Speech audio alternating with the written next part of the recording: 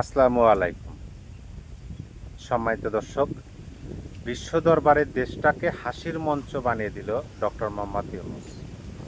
হাসির মঞ্চ বলতে হাসি কারা মানুষকে হাসায়। কৌতুক অভিনেতা, বাংলাদেশে বিখ্যাত অভিনেতা ছিলেন ভাদাইমা। আমি তাদের কথা বলতেছি না, মানে যাদেরকে দেখে বা যাদের কথা শুনে মানুষের হাসি পায়, যাদের কাজ হচ্ছে মানুষকে বিনোদন দেওয়া, আমি সেই বিনোদনকারীদের কথা বলতেছি না। আর এক প্রকার মানুষ আছে যে মানুষগুলোকে দেখলেই হাসি পায়। যেমন ধরেন বেকুব। বেকুব মানুষদের দেখলেই আপনার হাসি পাবে, তাদের কথা শুনলে আপনার হাসি পাবে, তাদের ব্যবহার কাজকর্ম দেখলে আপনার হাসি পাবে। অথচ তাদের কর্ম কিন্তু সেটা না যে মানুষকে হাসানো, কিন্তু তাদের কার্যকলাপে মানুষ হাসি পায়, আনন্দ পায়। মানুষ মানে বেকুবের কাজ দেখে তো মানুষ হাসি পাবে। মানে পুরা দেশ বলতে এই যে বাংলাদেশের যে জনগণ বাঙালি, এই বাঙালিদেরকে পুরা বিশ্ব দরবারে ডক্টর ইউনূস বেকুব বানিয়ে গেলেন, একদম পুরা দমে। সেজন্য আমি বললাম যে দেশটাকে হাসির মঞ্চ বানিয়ে দিলেন বিশ্ব দরবারে। দেখেন, লন্ডন সফরে যখন তিনি গেছিলেন, সেখানে এই বাঙালিদেরকে, বাংলাদেশের মানুষদেরকে লোভী হিসাবে তিনি আখ্যায়িত করছেন। বলছেন যে না, বাংলাদেশের মানুষ তো লোভী, টাকার বিনিময়ে ভোট দেয়। আপনি যদি তার কাছে গিয়ে ভোট চাবেন, সে ওই দিন শেষে বলবে যে কত টাকা দিবেন, টাকা দিবেন ভোট দেব। এরকমভাবে মানে বাংলাদেশের মানুষরা যে টাকার বিনিময়ে ভোট দেয়, এটা তিনি বিশ্ব দরবারে বাংলাদেশের প্রতিনিধি হিসেবে গিয়ে বলে আসলেন। লন্ডনের চ্যাথাম হাউসে তিনি যে সাংবাদিকদের সাথে কথা বললেন, বর্তমানে যে তিনি গেছেন এই সেপ্টেম্বরে 25-এ জাতিসংঘের অধিবেশনে, সেখানে গিয়ে তিনি কি করলেন, আমাদের ধর্ম নিয়ে কটাক্ষ করলেন। উপস্থাপিকা যিনি আছেন তিনি প্রশ্ন করলেন যে আপনাকে তো অনেকে তালেবানি সরকার বলে, আপনাকে বলে যে আপনি তালেবানি শাসন ব্যবস্থা কায়েম করতেছেন, এই বিষয়ে আপনার মতামত। তিনি বললেন যে না, তালেবানি সরকার এটা হচ্ছে ভারতের প্রোপাগান্ডা, আমার মুখে তো দাড়ি নাই, দাড়ি থাকলে তো আমি তালেবানি হতে পারতাম, আমার মুখে তো দাড়ি, তার মানে কি যে যার মুখে দাড়ি আছে তিনি কি তালেবানি, তিনি কি তালেবান তালেবানদের যে আদর্শ সেই আদর্শ লালন করে? দেখেন, এই কথা বলার পরই এই যে ছাত্রদের প্রতিনিধি হিসাবে আক্তার এবং তাসনিম জারাকে স্টেজে তুললেন। সেখানে ওই উপস্থাপিকার সাথে তিনি ওখানকার চিফ, তার সাথে হ্যান্ডশেক করলেন না। আক্তার আক্তারের মুখে তো দাড়ি আছে, তাহলে এটা কি প্রমাণ করলো যে তিনি বলতেছেন যে তার মুখে দাড়ি নাই, সেই জন্য তিনি তালেবান না। আর যার মুখে দাঁড়িয়ে আছে তিনি তালেবান, তাহলে আক্তারের মুখে দাঁড়িয়ে আছে আক্তার তালেবান, এটাই প্রমাণ করলো।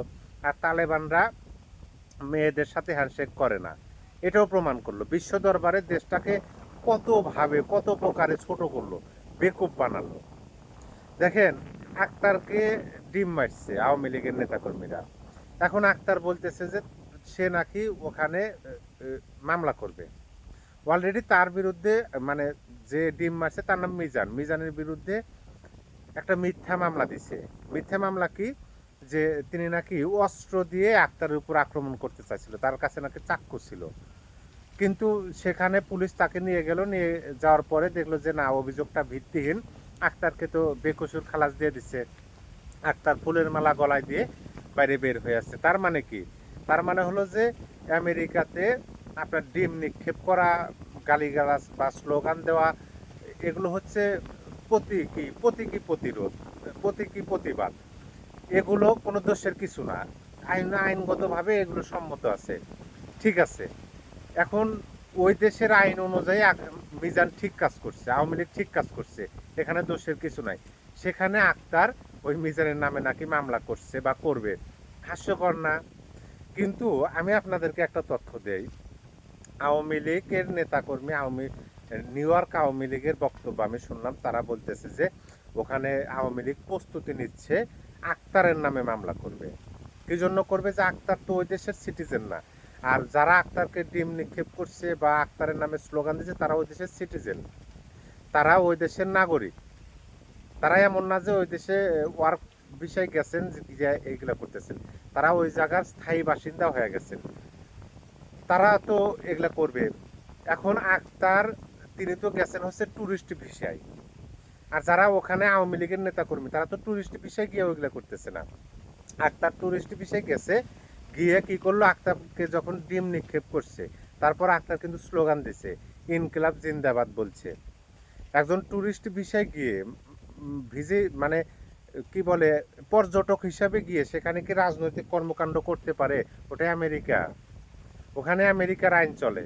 আমেরিকার আইন যদি না চলতো তাহলে দেখেন, আমি আর একটা তথ্য আপনাদেরকে দেই।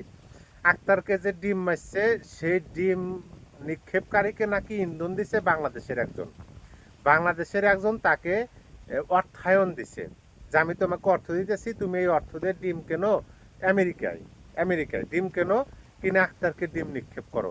এর চেয়ে হাস্যজনক কিছু হতে পারে?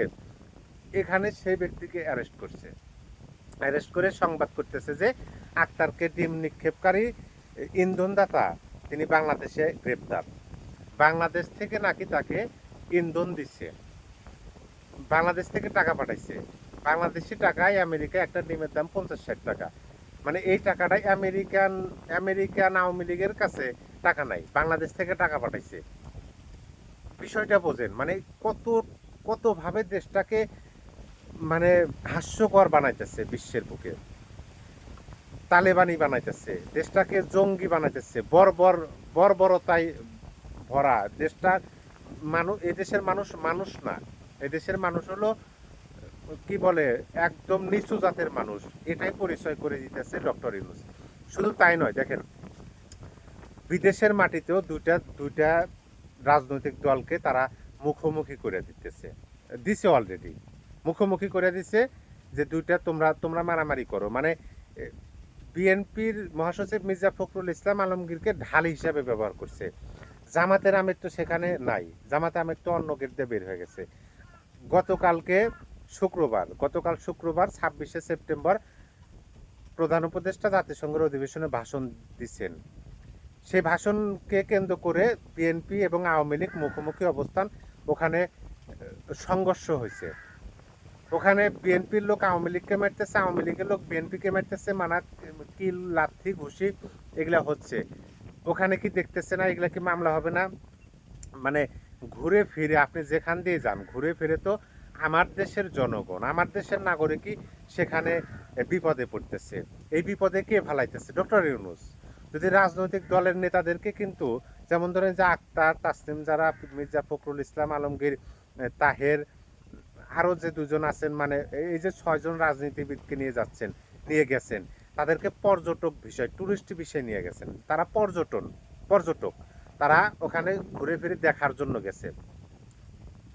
রাষ্ট্রীয় বহরে কিন্তু তাদেরকে অ্যাটাচ করে নাই, যুক্ত করে নাই।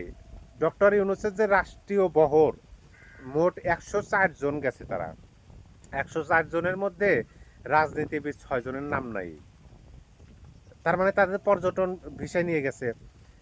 ওখানে নিয়ে গিয়ে আমার দেশের মানুষদেরকে মুখোমুখি করে দিয়ে সংঘর্ষ করতেছে। ডক্টর মোহাম্মদ ইউনূস তো ঠিকই 2 তারিখে চলে আসবে। ওখানে যারা থাকবে তাদের মধ্যে এরকম মানে হিংসাত্মক সংঘর্ষপূর্ণ অবস্থানে দিয়ে গেল। দেশটাকে কোথায় নিয়ে যাচ্ছে ডক্টর ইউনূস? দেশের মানুষকে বলে যে তারা টাকার বিনিময়ে ভোট দেয়, বিশ্ব দরবারে গিয়ে আগে বলছে, এখন বলতেছে যে না, আমার মুখে তো দাড়ি নাই, যার মুখে দাড়ি আছে তিনি হচ্ছেন তালেবান।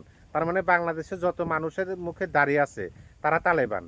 এই কথাটা তিনি প্রমাণ করে দিলেন, নিজে বললেন বিশ্ব দরবারে।